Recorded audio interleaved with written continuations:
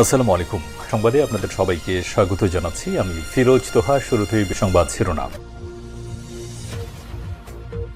বাংলাদেশের সর্বশেষ গুরুত্বপূর্ণ আপডেট সংবাদে আপনাকে স্বাগত। শুরুতেই সংবাদ শিরোনাম, পরে বিস্তারিত।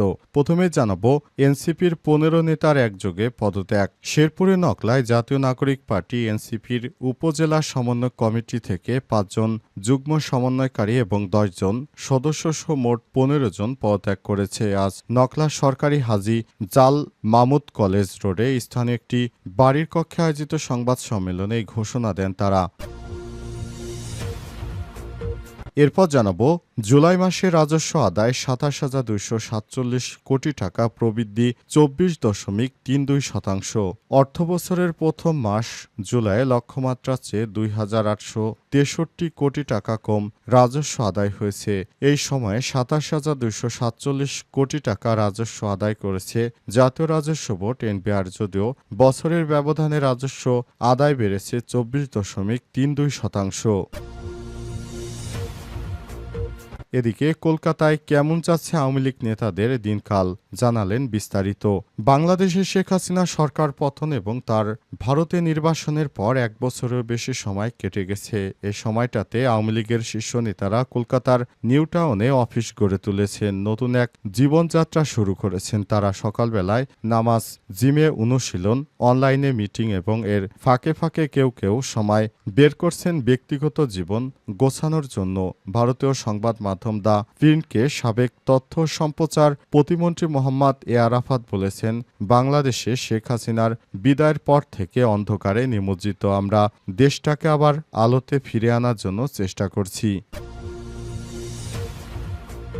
এদিকে ব্রাহ্মণবাড়িয়ায় নির্বাচনী সীমানা পুনর্বিন্যাসের প্রতিবাদে মহাসড়ক অবরোধ। ব্রাহ্মণবাড়িয়া ৩ সদর বিজয়নগর আসনের সীমানা পুনর্বিন্যাসের প্রতিবাদে আবারও মহাসড়ক অবরোধ করেছে স্থানীয়রা। আজ বিজয়নগর উপজেলার চান্দুরা এলাকায় ঢাকা সিলেট মহাসড়কে ৩টি ইউনিয়নের হাজারো মানুষ বিক্ষোভ মিছিল ও সমাবেশে অংশ নেয়। এদিকে মহাখালীর সাততলা বস্তিতে আগুন, নিয়ন্ত্রণে ৬ ইউনিট। রাজধানীর মহাখালীর সাততলা বস্তিতে আগুন লাগার ঘটনা ঘটেছে। আজ দুপুরে লাগা আগুন নিয়ন্ত্রণে কাজ করছে ফায়ার সার্ভিসের ৬টি ইউনিট। তাৎক্ষণিকভাবে আগুন লাগার কারণ এখনও জানা যায়নি। এবং সর্বশেষ জানাবো এবার হত্যা মামলায় অভিনেতা সিদ্দিক গ্রেপ্তার। গত বছরের জুলাই গণঅভ্যুত্থানের সময় রাজধানীর গুলশান থানার শাহজাদপুর এলাকা থেকে পারভেজ হত্যা মামলায় নাট্য অভিনেতা সিদ্দিকুর রহমান সিদ্দিককে গ্রেপ্তার দেখিয়েছে আদালত। আজ ঢাকার অতিরিক্ত চিফ মেট্রোপলিটন ম্যাজিস্ট্রেট জাকির হোসেনের আদালত অভিনেতা সিদ্দিকের গ্রেপ্তারের আবেদন মঞ্জুর করেছেন। প্রিয় দর্শক, এতক্ষণ শুনছিলেন সংবাদ শিরোনাম, এবারে বিস্তারিত। তবে তার আগে বন্ধুরা, অনুরোধ থাকবে সংবাদটিতে একটি লাইক দিন।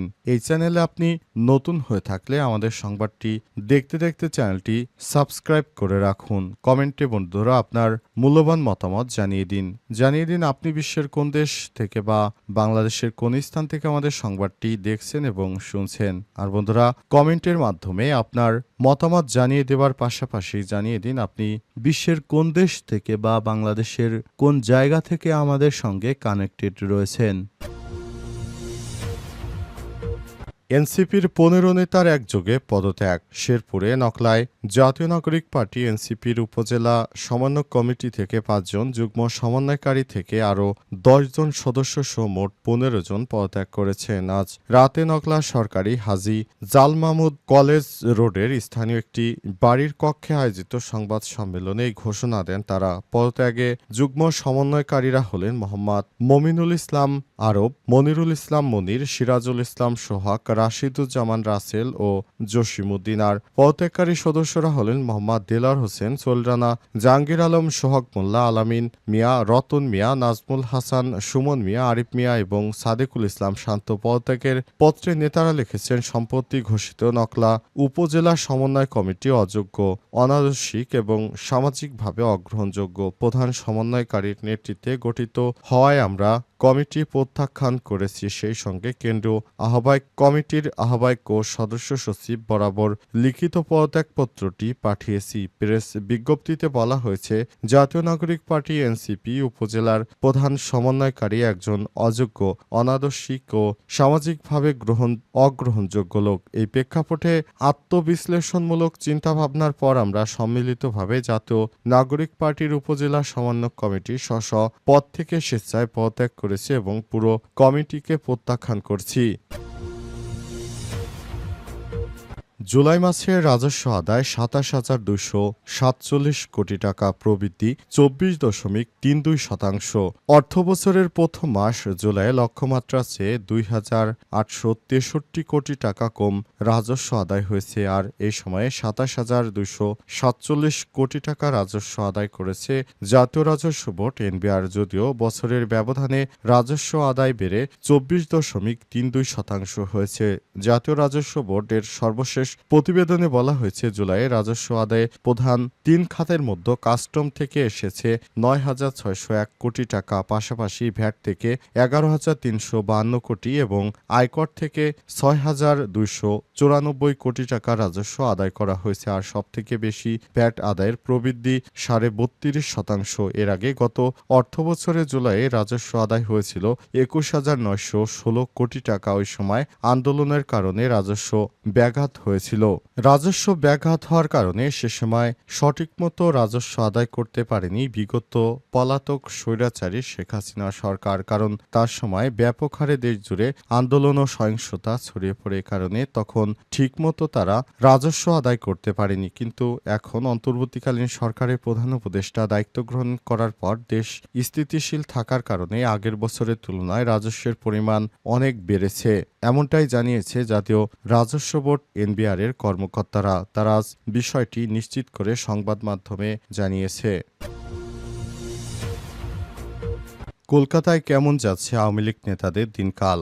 বাংলাদেশে শেখ হাসিনা সরকারের পতন এবং তার ভারতে নির্বাসনের পর ১ বছরেরও বেশি সময় কেটে গেছে। এই সময়টাতে আওয়ামী লীগের শীর্ষ নেতারা কলকাতার নিউ টাউনে গড়ে তুলেছে নতুন এক জীবনযাত্রা। কালবেলার নামাজ, জিমে অনুশীলনে, অনলাইন মিটিংয়ে এবং এর ফাঁকে কেউ কেউ সময় বের করছেন ব্যক্তিগত জীবন গোছানোর জন্য। সকালবেলার এক সংবাদ মাধ্যমে কালবেলা বিষয়টি নিশ্চিত করে। ভারতীয় সংবাদ মাধ্যম দ্য প্রিন্টকে সাবেক তথ্য সম্প্রচার প্রতিমন্ত্রী মোহাম্মদ এ আরাফাত বলেন, বাংলাদেশে শেখ হাসিনার বিদায়ের পর থেকে অন্ধকারে নিমজ্জিত। আমার এখন একটাই লক্ষ্য, দেশকে আবার ঠিক পথে ফেরানো। কলকাতায় প্রবাসী আওয়ামী লীগের নেতারা আরও জানিয়েছেন, ২০২৪ সালের ৫ই আগস্ট ছাত্র আন্দোলনের পর শেখ হাসিনা দেশ ছাড়েন। এরপর থেকে প্রায় সাবেক মন্ত্রী, এমপি, যুবলীগ ও ছাত্রলীগের নেতাকর্মী এবং আওয়ামী লীগের সমর্থনকারী সরকারি কর্মকর্তারা সহ প্রায় ১৩০০ ব্যক্তি ভারতে এবং অন্যান্য দেশে নির্বাসনে রয়েছেন। কলকাতার নিউ টাউন এলাকায় বেশিরভাগ নেতা ভাড়া অ্যাপার্টমেন্টে থাকছেন। এলাকাটি শপিং মল ও বিমানবন্দরের কাছে হয় এটি হয়ে উঠেছে তাদের জন্য নিরাপদ ঠিকানা। প্রতি ফজরের নামাজ, জিম বা হাঁটাহাঁটি, দুপুরে খানিক বিশ্রাম, আবার সন্ধ্যায় অনলাইনে মিটিং করে দিন কাটাচ্ছেন পলাতক আওয়ামী লীগের নেতাকর্মীরা। ব্রাহ্মণবাড়িয়ায় নির্বাচনী সীমানা পুনর্বিন্যাসের প্রতিবাদে সড়ক অবরোধ। ব্রাহ্মণবাড়িয়া ৩ সদর বিজয়নগর আসনের সীমানা পুনর্বিন্যাসের প্রতিবাদে আবারও মহাসড়ক অবরোধ করেছে স্থানীয়রা। আজ বিজয়নগর উপজেলার চান্দুরা এলাকায় ঢাকা সিলেট মহাসড়কে ৩টি ইউনিয়নের হাজার হাজার মানুষ বিক্ষোভ মিছিল ও সমাবেশে অংশ নিয়েছেন। সর্বদলীয় সংগ্রাম কমিটির আহ্বায়ক ইমাম হোসেনের সভাপতিত্বে সমাবেশে বক্তারা অভিযোগ করেছেন, নির্বাচন কমিশন গত 10 জুলাই জারি করা প্রজ্ঞাপনের মাধ্যমে হরসপুর, চান্দুরা ও বুধন্তি ইউনিয়নকে ব্রাহ্মণবাড়িয়া ৩ সদর বিজয়নগর আসন থেকে বাদ দিয়ে ব্রাহ্মণবাড়িয়া ২ আসনের সঙ্গে যুক্ত করেছে। এই সিদ্ধান্ত অযৌক্তিক এবং জনবিরোধী। প্রতিবাদকারীরা সড়কে ব্যারিকেড দিয়ে যান চলাচল বন্ধ করে দেয়। এতে মহাসড়কের দুই পাশে তীব্র যানজটের সৃষ্টি হয়েছে। স্থানীয়রা জানান, এর আগেও দফায় দফায় তারা একই দাবিতে মহাসড়ক অবরোধ সহ বিভিন্ন কর্মসূচি পালন করেছে। এ অবস্থায় তারা এখনও তাদের সেই অনাকাঙ্ক্ষিত কর্মসূচি পালন করে যাচ্ছে, যেটা কোনোভাবেই গ্রহণযোগ্য নয়। যে ধরনের কর্মসূচি তারা পালন করছে এবং এলাকার সবকিছু তারা তাদের মনমতো করার চেষ্টা করছে, এটা আইনিভাবে গ্রহণযোগ্য নয় বলে নির্বাচন কমিশনের পক্ষ থেকে বিষয়টি নিশ্চিত করা হয়েছে।